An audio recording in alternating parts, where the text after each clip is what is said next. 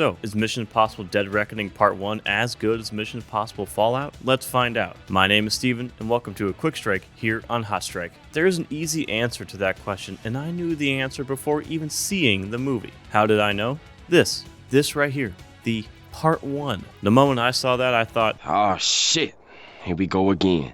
The Part 1 immediately told me the story was not going to hit as hard or feel as satisfying as Fallout's because it won't actually be finished by the time the movie stops rolling. It's just trying to find the most satisfying way to set up the next movie. So yes, it's not as good as Fallout, but that was pretty much going to be impossible.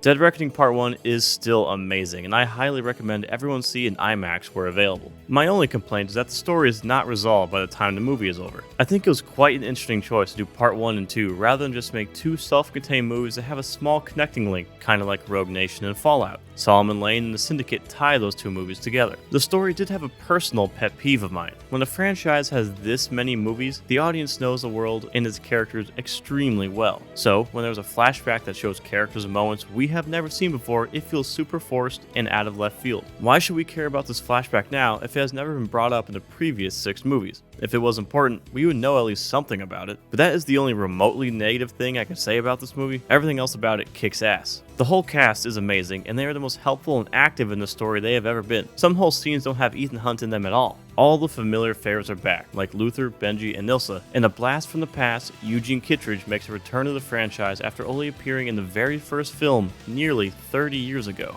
And I was really happy with the new cast as well, especially Haley Atwell, who killed it the entire movie. The villain, played by Esai Morales, felt a little shallow, but it's hard to judge since there is still a part 2. Tom Cruise as Ethan Hunt is still more or less a god, and he is even described as the shape-shifting manifestation of chaos in this one. So it continues the long line of mission films that gas up Ethan, and I am here for it.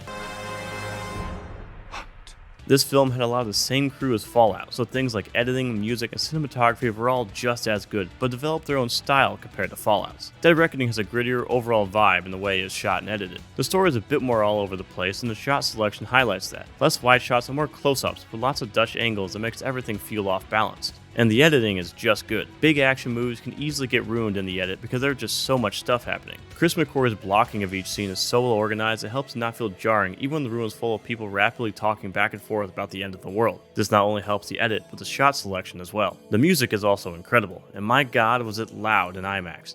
Even the sound mix was noticeably good. You never really think about the sound mix until it does some cool shit, and this one did just that. And like all mission movies, Tom Cruise is giving it maximum effort.